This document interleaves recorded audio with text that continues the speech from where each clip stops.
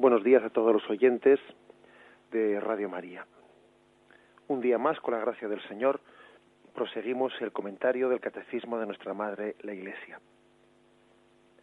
Estamos en la parte explicativa del credo de la comunión de los santos. Y hoy, a partir del punto 963, hablamos de María, María dentro de esta comunión de los santos. Tiene el título María, Madre de Cristo, Madre de la Iglesia. Dice el primero de los puntos. Después de haber hablado del papel de la Virgen María en el misterio de Cristo y del Espíritu, conviene considerar ahora su lugar en el misterio de la Iglesia.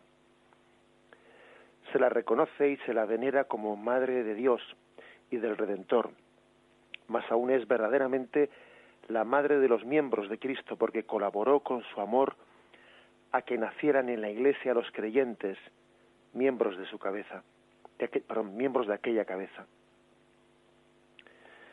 María, Madre de Cristo, Madre de la Iglesia, en expresión de Pablo VI, en un discurso pronunciado el 21 de noviembre de 1964.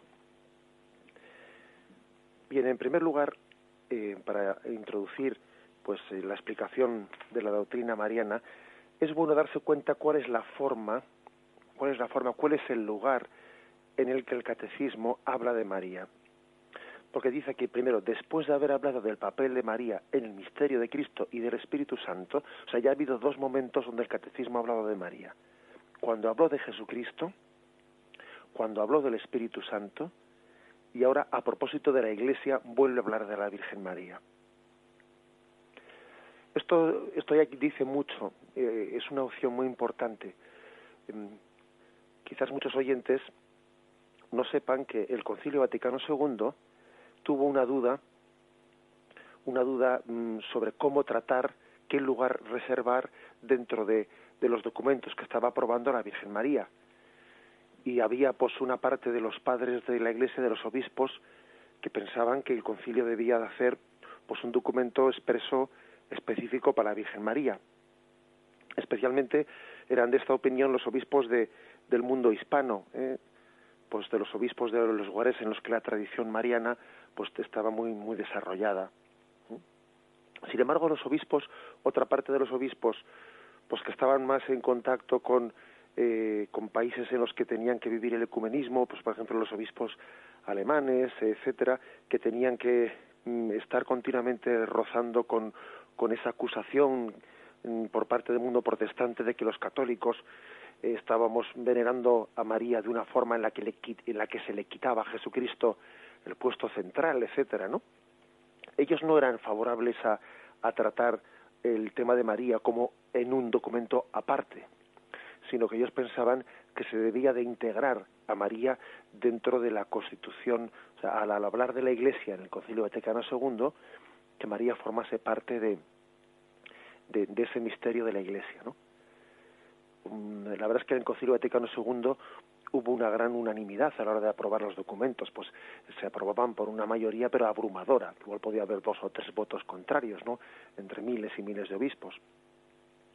Y por supuesto que también hubo una gran unanimidad a la hora de aprobar el documento que es el capítulo 8 de la Lumen Gentium sobre María, pero en lo que discutían los obispos no era en el contenido, sino en cómo tratar, en si tratar a María aparte o tratar el tema de María integrado dentro del misterio de la Iglesia.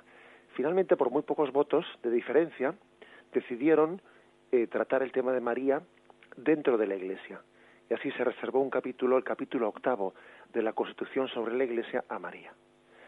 Y bueno, en aquel momento, aquello había sido una discusión muy, digamos, muy vehemente, y los hispanos habíamos mantenido la opinión de que se ensalzaba más la figura de María si se le reservaba un documento aparte para ella, ¿no? Pero luego digamos que la experiencia ha demostrado que el Señor sabe hacer las cosas y que esa forma de hablar de María, integrada plenamente, ¿no?, dentro del dogma católico, integrada plenamente en nuestra fe sobre Jesucristo, integrada plenamente en nuestra fe sobre el Espíritu Santo, integrada en nuestra fe sobre la Iglesia, esa forma de hablar de María la ensalza mucho más. María adquiere de esta forma pues un puesto más principal, se destaca más a María cuando se le une más a Cristo, se destaca más a María cuando se le une más al Espíritu Santo. No siempre el tratar aparte un tema es una manera de dignificarlo más, ¿no? Cuanto mejor o más cerca está o cuanto más tratemos de Cristo y más unida se vea la figura de María a Cristo, más estamos ensalzando a María. Cuanto más unida esté la figura de María al Espíritu Santo, más entonces estamos venerando a María, etcétera, etcétera. Por eso el catecismo, siguiendo ese mismo estilo que hizo el Vaticano II, va tratando de María en distintos momentos del catecismo. Cuando habló de Jesucristo, cuando habló del Espíritu Santo y ahora cuando habla de la Iglesia. Es una manera de ver a María perfectamente integrada en el dogma católico, perfectamente integrada. Y es la mejor respuesta que se le puede dar a aquellos que piensen que nosotros hemos hecho de la devoción mariana algo ajeno al Evangelio, algo que no se integra en la fe de la Iglesia primitiva, algo que no tiene nada que ver con la cristología. Pues esa es la mejor respuesta. La mejor respuesta a esas acusaciones es demostrar cómo cuando hablamos de Cristo, pues lógicamente al final nos nace espontáneamente hablar de María como la mejor discípula de Cristo. Cuando hablamos del Espíritu Santo, nos nace espontáneamente hablar de María como el alma que mejor se desposó con el Espíritu Santo. Cuando hablamos de la Iglesia, nos sale espontáneamente hablar de María como modelo de esta Iglesia. Es el mejor estilo. Por otra parte, esto engarza con la mejor tradición de la Iglesia católica, en la que los mejores santos marianos, como San Luis Griñón de Montfort, San Luis María Griñón de Montfort, San Maximiliano Kolbe, etcétera, todos estos santos que han sido los santos más marianos de nuestra tradición, han tenido una devoción a María muy, muy engarzada con esa fe cristocéntrica y con esa visión de la espiritualidad plenamente movida por el Espíritu Santo. Fijaros, por ejemplo, cuando San Maximiliano Kolbe utiliza la imagen de que María es el molde en el que el Espíritu Santo formó a Jesucristo. Y es una imagen en la que a María le une perfectamente, pues con toda la cristología y con toda la neumatología, ¿no? Con toda la pues nuestra fe en el Espíritu Santo. Dice él, ¿no? María es el molde en el que el Espíritu Santo formó a Jesucristo. Si queremos pues ensalzar a María tal como ella pues se merece, ¿no? Pues la Iglesia ha entendido que la mejor forma de hacerlo es insertarla, o sea, explicar su misterio, no aparte, sino insertado, ¿no? Pues en la cristología, en la explicación de Cristo. Ella es la mejor discípula, insertada en nuestra fe sobre el Espíritu Santo. Ella es el alma más dócil al Espíritu Santo, la perfecta esposa del Espíritu Santo, insertada también en el misterio de la Iglesia. Ella es la madre de la Iglesia, aquella a la que le fue encomendada al pie de la cruz a todos sus discípulos, y fue madre de la cabeza, es también madre de ese cuerpo místico de Cristo. Esta es la forma de presentarla, ¿eh? Vamos a meditarlo y continuamos enseguida.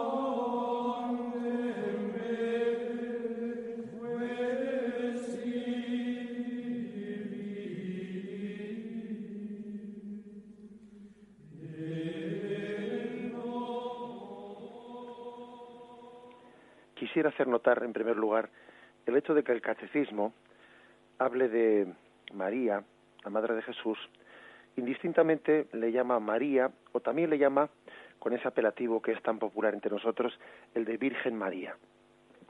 El punto 963 que hemos comenzado comentando dice: después de haber hablado del papel de la Virgen María, y creo que no tenemos que avergonzarnos jamás, ¿no?, de ese apelativo de Virgen María. No sé por qué, pues en algún momento de crisis un tanto acomplejada, ¿no?, de nuestra fe católica, pues parece que hemos querido como quitarle ese título, o ese apelativo de Virgen María, y únicamente nos hemos dirigido a ella como María sin más, ¿no? Que por supuesto que uno puede dirigirse a ella como María, con ese nombre tan simple y tan admirable y tan profundo, que de hecho muchas veces el catecismo se refiere así de esa manera. Pero yo quiero reivindicar, ¿no?, el hecho de que también el catecismo, de una manera indistinta, se dirija a ella con el nombre de María o de Virgen María. Digo que no tenemos que avergonzarnos nunca, ¿no?, de utilizar ese título de Virgen María, porque al llamarle Virgen a María, estamos recordando un misterio, que es que ese corazón ha estado unido pues virginalmente al Señor, ¿no?, desde su primer momento. O sea, incluso cuando en el Evangelio de la Anunciación María dice al ángel: ¿cómo será eso? Pues no conozco varón. Esa expresión suya de ¿cómo será eso? Pues no conozco varón, cuando estaba desposada con José, pues ella podría haber entendido que ese varón, o sea, que ese anuncio de que iba a ser madre de Dios sería a través de ese varón José con el que iba a casarse, ¿no? Entonces, ¿cómo dijo eso de ¿cómo será eso? Pues no conozco varón. Bueno, también eso nos da a entender que la vocación de María, ella recibió una vocación de desposorio virginal con el Señor desde el principio, que ella tenía una intención de unión virginal con el Señor, que tenía esa iluminación interior, ¿no?, desde muy joven, que así lo recibió desde el seno de su madre Ana. Es por lo tanto importante este título de Virgen María, porque vemos en ella pues una llamada muy especial a ser totalmente del Señor, a que su corazón esté puesto en él de una manera pues indivisa, ¿no?, que el núcleo del corazón de María pues sea totalmente de Yahvé, de Yahvé. Por lo tanto, ese es un detalle importante. El catecismo no deja en el olvido ese título de Virgen María como una forma de dirigirnos a ella, destacando que lo más nuclear es una virginidad no solo física, sino una virginidad de corazón, porque la virginidad es mucho más, ¿no?, que un aspecto físico. La virginidad, aparte del aspecto físico, ese aspecto físico no es sino un reflejo de la virginidad del corazón, un corazón virgen, es decir, un corazón que es totalmente de Dios. Un aspecto importante, por lo tanto. Y un paso más. San Luis María Griñón de Montfort dice él que una de las razones por las que tan pocas almas no llegan a la plenitud de la santidad, una de las razones por las que pues no avanzamos en el camino de la santidad como debiéramos de avanzar, es porque María no está suficientemente presente en nuestra vida. Eso lo dice él, lo destaca con mucha fuerza. Dice él que el que desea tener el fruto maduro debe tener el árbol del que procede el fruto maduro. Y dice, si Cristo es el fruto de la vida, a María le llama el árbol de la vida en el cual recibimos ese fruto. Esa es una manera en la que San Luis María Griñón de Montfort presenta a María como el árbol del que nos vino el fruto de la vida. Incluso hace esa comparación de que hubo un árbol en el paraíso, y este es el nuevo árbol, ¿no?, del que nos viene el fruto de la vida. Una vez más, pues, se insiste en que en la presentación de la figura de María está íntimamente ligada a Jesucristo. Damos un paso más en el siguiente punto, 964. Totalmente unida a su Hijo. El papel de María con relación a la Iglesia es inseparable de su unión con Cristo. Deriva directamente de ella. Esta unión de la Madre con el Hijo en la obra de la salvación se manifiesta desde el momento de la concepción virginal de Cristo hasta su muerte. Se manifiesta particularmente en la hora de su pasión. La bienaventurada Virgen avanzó en la peregrinación de la fe y mantuvo fielmente la unión con su Hijo hasta la cruz. Allí, por voluntad de Dios, estuvo de pie, sufrió intensamente con su Hijo y se unió a su sacrificio con corazón de madre, que llena de amor daba su consentimiento a la inmolación de su Hijo como víctima. Finalmente Jesucristo, agonizando en la cruz, la dio como madre al discípulo con estas palabras: mujer, ahí tienes a tu Hijo. Hay una forma, por lo tanto, de explicar a María como que es la que está totalmente unida a su Hijo. Incluso el hecho de que especialmente se presente a María como dando a luz a la Iglesia al pie de la cruz, pues tiene un profundo sentido de corredención junto con Jesucristo. María está también ahí teniendo un parto, ¿no? Si tuvo un parto milagroso, el parto virginal de Jesucristo, sin embargo, este otro parto, el parto de dar allí a luz a la Iglesia, fue un parto doloroso, un parto en el que esta vez sí, María sangró profundamente en su corazón, entendió que aquellas palabras de que una espada le iba a atravesar el corazón se estaban cumpliendo. María nos dio a luz con dolor al pie de la cruz. Nos dio a luz en un parto en el que ella se asoció a la pasión de Jesucristo. Fijaros bien, yo creo que lo grandioso, lo que destaca el catecismo de María, es que lo propio de una madre es tener un amor carnal en el que lo que quiere es evitar que su hijo sufra. Eso es lo que le sale un poco por instinto natural a una madre, ¿no? Que mi hijo no sufra. Que mi hijo no sufra. Sin embargo, es mayor, ¿no?, el amor espiritual, el amor en Dios que tiene María a su hijo, que el amor carnal. Y por eso María no le disuade a Jesús de su entrega a la cruz. Más bien con su presencia, Jesús encuentra un auténtico aliciente, un aliciente que le estimula la fidelidad en el camino de la cruz. Eso es una de las cosas que más tenemos que subrayar, ¿no? Que María no disuadió a Jesús de su entrega. A veces el amor posesivo que puede tener, ¿no?, la madre hacia el hijo, pues parece que le quiere evitar cualquier tipo de sufrimiento, o le quiere poseer, y entonces lo que no quiere es que salga de casa, ¿no?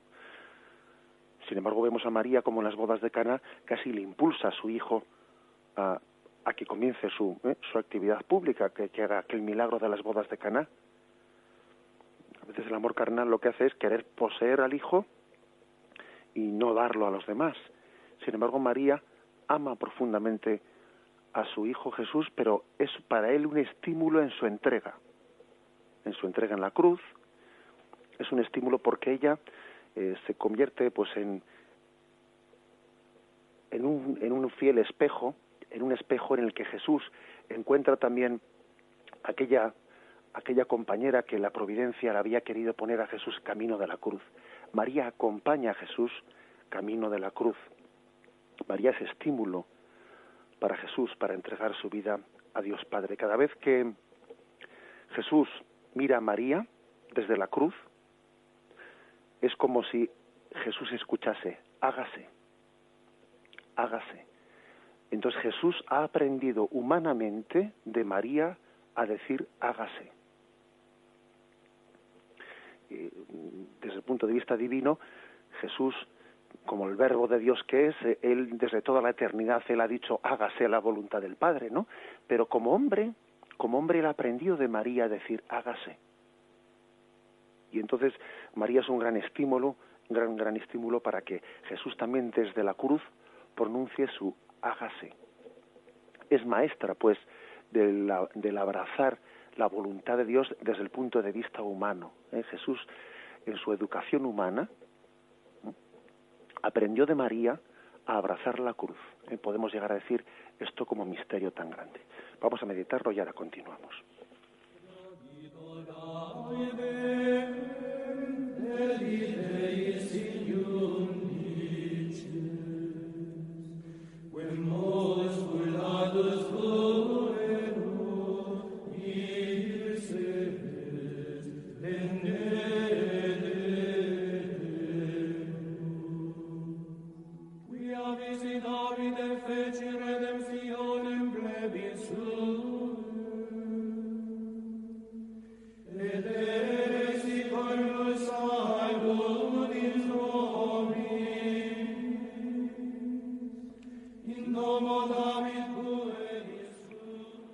Creo que puede convenir todavía dar pues una vuelta más, como se dice, ¿no? Una vuelta de tuerca más a esto último que hemos dicho. Me refiero al hecho de que todo aquello que Jesús humanamente pudo aprender de María y de José, porque claro, nosotros cuando leemos los evangelios, pues evidentemente en ellos estamos recibiendo pues una predicación del reino de Dios que Jesús, pues como hijo de Dios que era, pues él tenía esa iluminación interior propia de su condición divina, ¿no? Eso que algunos llaman pues una ciencia infusa, o de otras formas se llama pues en la teología, el hecho de que cuando Jesús, aquel Jesús niño, se queda perdido en el templo y sus padres van a encontrarle y entonces le ven rodeado de doctores y se admiran de dónde saca esta sabiduría, ¿no? Y bueno, y los evangelios ahí nos están insinuando que Jesús tenía pues una sabiduría que superaba pues aquello que humanamente ya había podido aprender. Tenía una sabiduría infundida pues por su condición divina. Bien, pero además de esto, hay que decir que Jesús, muchas de las cosas que muchas o algunas por lo menos, ¿no?, de las cosas que nos enseña en los evangelios, sin duda alguna no serían únicamente fruto de lo que él pues conocía pues por esa ciencia infusa, ¿no?, de su condición divina. Muchas cosas que él nos enseña, él las habría aprendido del modelo humano de María y del modelo humano de José. Claro que también él habría aprendido esas cosas, ¿no? Por ejemplo, cuando Jesús nos enseña en el Evangelio y nos dice que no se entere tu mano derecha lo que hace la izquierda. Tú cuando ores, ora en lo oculto, no seas como aquellos que gustan de ponerse en el centro de la plaza para que todo el mundo les vea.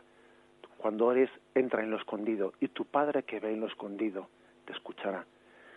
Digo que, ¿acaso Jesús cuando predica esto no tendría como modelo a su padre José? Eso de que no se entere tu mano derecha lo que hace la izquierda, ¿y Jesús no lo habría aprendido también de José? Jesús no habría aprendido también de María, de su madre María humanamente, tantas cosas que él predicaba. Por eso, fijaros, sí, Jesús nos predica, pues, y todo aquello que ha oído del Padre nos lo transmite a nosotros. A vosotros os llamo amigos, porque todo lo que mi Padre me ha comunicado, yo os lo comunico a vosotros. Bien, eso es lo esencial, por supuesto. Pero esto no quita para que también María y José, ¿no?, fuesen para Jesús también un modelo humano del que él incluso ha podido hablarnos en su predicación. La predicación de Jesús, él puede unir eso que ha recibido del Padre y eso que ha visto también en María y en José. En María Jesús ha visto muchas cosas que luego nos las está predicando. La predicación de Jesús ha tomado muchas cosas del modelo de María. Ella le enseñó a decir que sí en la cruz. Y ella le enseñó pues a entregar su vida al Padre en fidelidad. Por eso podemos decir verdaderamente, ¿no?, que María es madre de la Iglesia. Madre de la Iglesia porque dio a luz a Jesús y educó a Jesús para que Jesús diese a luz a la Iglesia. Ella contribuyó, ¿no?, con la educación humana que dio a Jesucristo y con el modelo que fue para Jesucristo, contribuyó pues a ese nacimiento de la Iglesia. Un argumento más teológico de cómo explicar, de cómo integrar la figura de María o la devoción a María en nuestra fe cristocéntrica, cristológica. Para nosotros, ciertamente, el modelo central de nuestra fe pues no es María, ¿no?, es Jesucristo. O sea, que somos cristocéntricos, ¿no? Ahora, también recordáis, no sé si recordáis una anécdota que tuvo lugar pues en uno de los viajes que Juan Pablo II hacía por todo el mundo, ¿no? Pues solía, cuando el viaje era largo, solía departir un rato con los periodistas en el avión. Y entonces, pues un periodista en uno de aquellos viajes, durante el vuelo, pues le pregunta al Papa: Santidad, ¿por qué es usted tan mariano? ¿Por qué tiene usted en su escudo ese título de totus tus, todo de María? ¿Por qué es usted tan mariano?, le preguntó. Y entonces Jesús respondió: pues por motivos cristológicos. Dijo él, esa fue la respuesta que él le dio. Soy tan mariano por motivos cristológicos. ¿Cuáles son esos motivos cristológicos? Pues los motivos son los siguientes, es decir, si Dios quiso que Cristo viniese al mundo por medio de María, si María fue el medio histórico a través del cual Dios quiso pues que su Hijo viniese al mundo, también, y esto especialmente lo dice San Luis María Griñón de Montfort, también será ahora María el medio por el que Cristo quiera venir al mundo.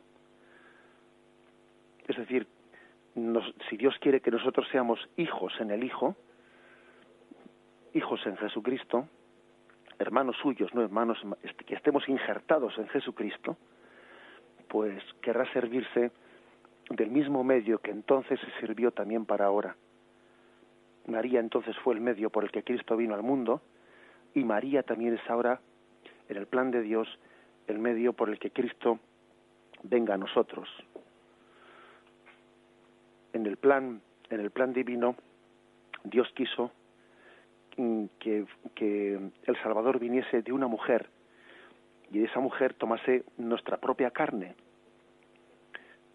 y de esta forma nosotros fuésemos hermanos en la gracia con Jesucristo. Pues esto es el plan de Dios. El plan de Dios es que María siga siendo el medio por el que nosotros seamos pues hermanos en la gracia de Jesucristo. Este es el camino, este es el medio, este es el plan divino, y el Señor no se ha echado atrás. María no era para Dios un instrumento temporal para traerle a Jesús al mundo y luego que ella dejase de tener presencia, no. Él da unos dones que quieren ser prolongados. María sigue siendo el puente, sigue siendo el camino para que Jesús nazca en nosotros. Incluso cuando un sacerdote, ¿no?, pues está celebrando la Santa Misa, en el momento en que él llega al momento central de la consagración y abre las manos pidiendo que el Padre envíe el Espíritu Santo sobre esos dones del pan y el vino para que se conviertan en el cuerpo y la sangre del Señor, el sacerdote, cuando está en ese momento de la Santa Misa, tiene la sensación, ¿no?, tiene la vivencia de que está prolongando la encarnación que tuvo lugar por medio de María. Por medio de María. La Iglesia tiene esa figura pues también materna de volver a dar a luz a Jesús, volver a hacerle presente y volver a darle a luz para el mundo. La Iglesia es madre, prolongando también aquella maternidad de María, a través de la cual dio a luz para el mundo.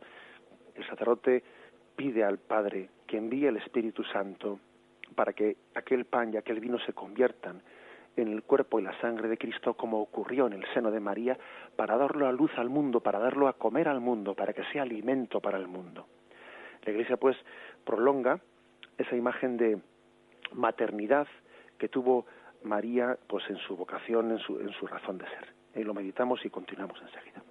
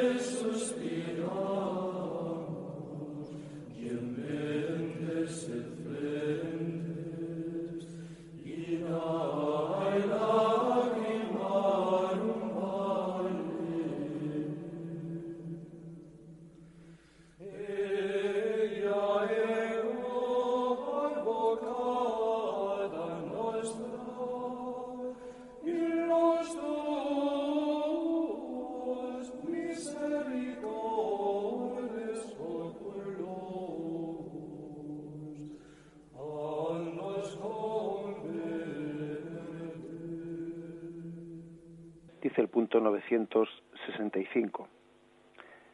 Después de la ascensión de su Hijo, María estuvo presente en los comienzos de la Iglesia con sus oraciones. Reunida con los apóstoles y algunas mujeres, María pedía con sus oraciones el don del Espíritu que en la Anunciación le había cubierto con su sombra. Es algo en lo que pocas veces hemos meditado. O sea, ¿qué forma pudo tener María de estar presente en la Iglesia primitiva después de que su Hijo ascendió a los cielos? Si el Señor le dijo a Juan, ahí tienes a tu madre, ahí tienes a tu hijo, le dijo luego a María, y dice el Evangelio, desde aquel momento Juan la recibió en su casa, la recibió como una de sus cosas, no como su tesoro preferido. No sabemos cuánto tiempo pasó María en casa de Juan. No sabemos cuánto tiempo pasó entre ese momento en el que Jesús asciende a los cielos y luego tiene lugar la venida del Espíritu Santo y la dormición de María. ¿Cuántos años fueron? No lo sabemos. Pero sí que es bueno, este punto 965, ¿no? Casi nos pide que hagamos pues un esfuerzo de imaginación y de reflexión sobre qué papel tuvo María en aquellos años. Fuesen muchos o fuesen pocos, no lo sabemos. Hay distintas tradiciones también de dónde pudo estar María. Algunos dicen que en Éfeso, etcétera. Bueno, pues no lo sabemos seguro. Pero lo importante es imaginarnos en conformidad, ¿no?, con los datos que tenemos, cuál fue el papel de María. Por una parte, aquí se insiste, se subraya mucho en este punto del catecismo el papel que tuvo ella de orar pidiendo la venida del Espíritu Santo. María ejerce una función eminentemente contemplativa en aquel momento en la Iglesia. Contemplativa parece que es como aquella que atrae el Espíritu Santo a la Iglesia, como un pararrayos en el sentido no de atraer algo que destruye, sino algo que edifica, algo que constituye la Iglesia. María atrae, tiene esa fuerza de atracción. Dentro del cenáculo es verdad que el Espíritu Santo vino a todos los allí presentes, ¿no? Pero si alguien había que tenía esa fuerza de atracción hacia el Espíritu Santo dentro de aquel cenáculo, era María. Por eso se le describe a ella rodeada del colegio apostólico y con unas lenguas de fuego, ¿no?, encima de cada cabeza, y la lengua de fuego que está encima de la cabeza de María todavía es superior, es más grande a la de los demás. María atrae el Espíritu Santo, pero lo hermoso es que lo atrae no solo para ella, sino para todos. Para todos. El Espíritu Santo no vino solo sobre su cabeza, sino sobre la de todos los apóstoles. Vino en virtud de esa fuerza de atracción que tenía María, ¿no?, de ese don del amor de Dios que se complace en María, como que María es el jardín de Dios. María es así también la describen algunos santos padres, ¿no? María es el jardín de Dios en el que Dios se complace en pasear. Es el lugar más bello de la creación al que Dios se complace en venir. Allí tiene Dios su descanso, en ese jardín hermoso. Por eso el Espíritu Santo viene con fuerza a María y en torno a María a toda la Iglesia.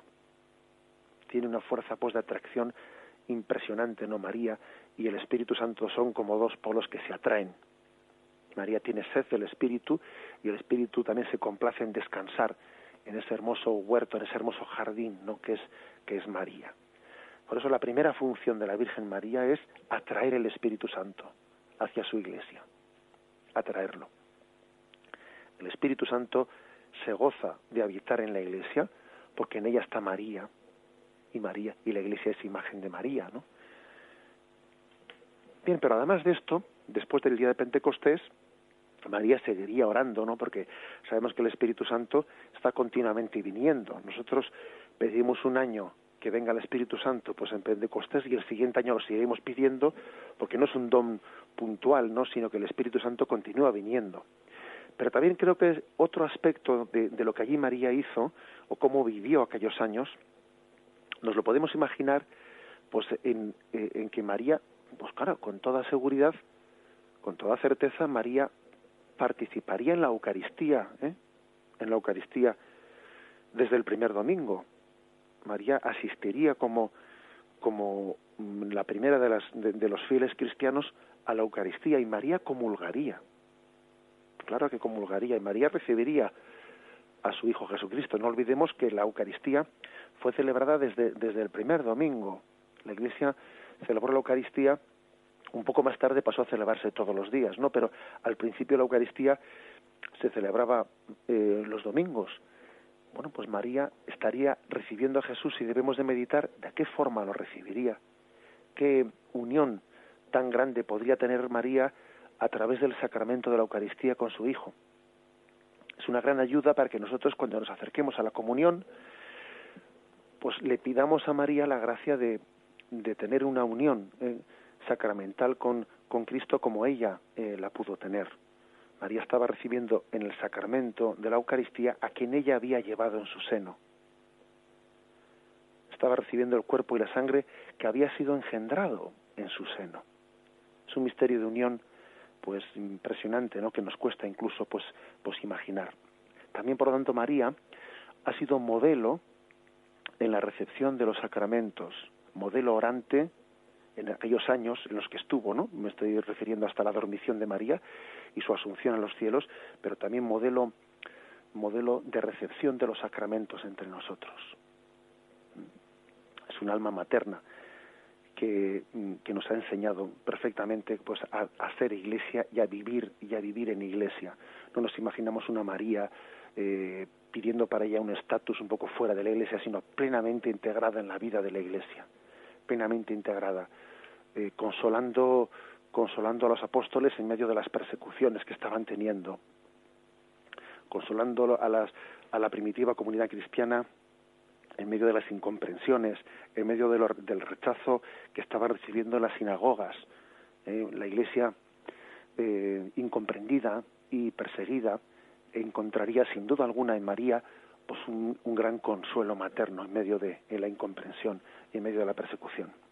Posiblemente cuando los cristianos se acordaban de aquellas palabras de Cristo: bienaventurados cuando os persigan, cuando digan contra vosotros cualquier tipo de calumnia por mi causa. Alegraos entonces. Bueno, pues esa especie de alegría, ese consuelo también lo recibirían de la acogida maternal de María presente en aquella primera comunidad cristiana, que se prodigaría en consolar a aquellos que habían recibido cualquier tipo de injuria, de desprecio, de rechazo por el honor de su Hijo Jesucristo. En el fondo, pues dando un paso más, hay que decir que María es para nosotros modelo ejemplar. Se dicen dos cosas: es modelo ejemplar y modelo eficiente. ¿Cómo se distinguen estas dos cosas? Pues lo dice San Luis María Griñón de Montfort. Modelo ejemplar se refiere a que vemos en ella la forma más exquisita de realización de lo que Dios nos pide a todos nosotros. En ese sentido se llama modelo ejemplar. Vemos en ella la que realiza plenamente la parábola del sembrador. Salió un sembrador a sembrar, ¿no? Y parte de la semilla cayó al borde del camino, parte de la semilla cayó en medio de las zarzas, parte de la semilla cayó en terreno pedregoso y otra parte de la semilla cayó en terreno que acogió esa semilla, la acogió, la guardó y dio fruto. María, por lo tanto, es modelo ejemplar en el sentido de que ella es la que plenamente acoge la palabra de Dios y la hace fecunda. En ese sentido la tenemos como modelo ejemplar de la Iglesia. Pero no únicamente es modelo ejemplar, también es un modelo eficiente, ¿no? Es un modelo que es también causa eficiente en el sentido de que ella interviene maternalmente, intercede ante Dios, ejerce esa función materna para que también nosotros nos dispongamos a acoger a Jesús. Una madre no solo es un gran modelo para nosotros, ¿no? También de una madre hemos recibido correcciones. También de una madre hemos recibido toques interiores. Las madres no se dedican a ser modelo. También, aparte de ser modelo, son causa eficiente en el sentido de que nos enseñan, nos dicen, nos corrigen, interceden por nosotros, no cesan. Bueno, las dos formas, no, las dos causas, causa ejemplar y causa eficiente, modelo ejemplar, modelo eficiente, los dos son ejercidos por María. Y en ambos sentidos le tenemos, pues, por lo tanto, como causa de nuestra salvación, causa de nuestra filiación divina. Ella es causa ejemplar, ella también es causa eficiente, ¿no? En ambos sentidos hemos recibido la vida sobrenatural de Dios, que es don de Dios, también por intercesión de María, por medio de María como un camino del que Dios se sirvió para darnos la vida sobrenatural, la vida sobrenatural. Vamos de esta manera a concluir por hoy la explicación del catecismo. Continuaremos mañana a partir del punto 966. Me despido con la bendición de Dios Todopoderoso. Padre, Hijo y Espíritu Santo, descienda sobre vosotros. Alabado sea Jesucristo.